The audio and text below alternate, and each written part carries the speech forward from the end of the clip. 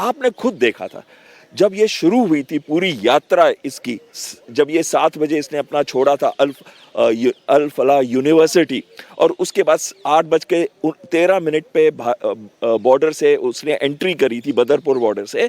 उसके बाद मैंने खुद वहाँ से ड्राइव किया, टोटल टाइम लगता है 45 मिनट, और सुबह का टाइम था उसका 7:15 बजे के करीब। अगर आप देखें तो इससे ऊपर टाइम नहीं लगा होगा, लेकिन 7 घंटे के बाद 3:19 पे वहां पे आपकी सुनहरी मस्जिद है, बिल्कुल सामने वहां पे जो दिल्ली गेट है, और उसके पास ही पार्किंग है। यहाँ से कोई खास दूर भी नहीं है, यहाँ से शायद 400-500 मीटर भी दूर नहीं होगी, और वहां 3:19 से लेके 6:48 तक वो खाली गाड़ी के अंदर बैठा हुआ था।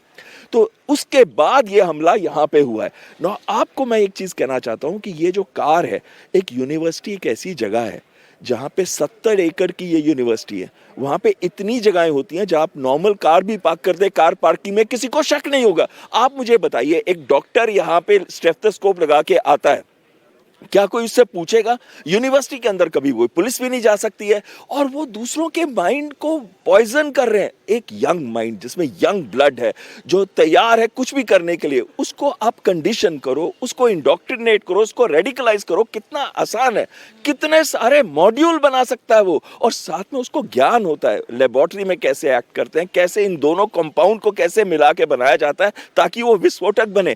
आपको मैं अमोनियम नाइट्रेट भी दे दूं, आप उसका विस्फोटक नहीं बना सकते। एक बहुत एक्यूरेट कंपोजिशन बनाना पड़ता है जो अनस्टेबल बने और उसको एक्टिवेट किया जाए।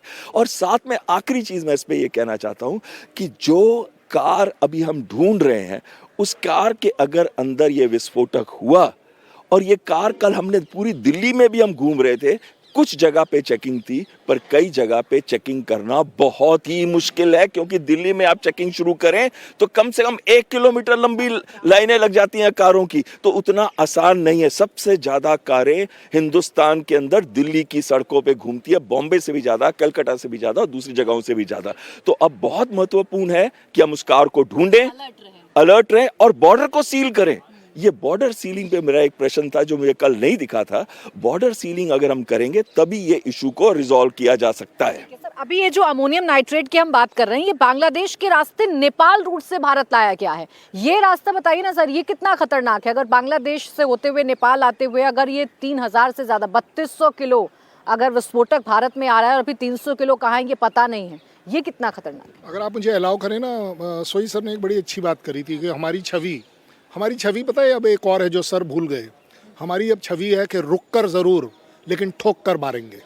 ये जो अभी हम रुका हुआ है ना, ये जो पॉज हो रखा है, आप देखिएगा इसका अगला रिजल्ट क्या आएगा। उससे भी बड़ी बात है जो सर ने बोला कि ट्रैफिक और लोग, इसमें सिक्योरिटी फोर्सेस का अकेला काम नहीं है, ये आपका और मेरा भी काम है।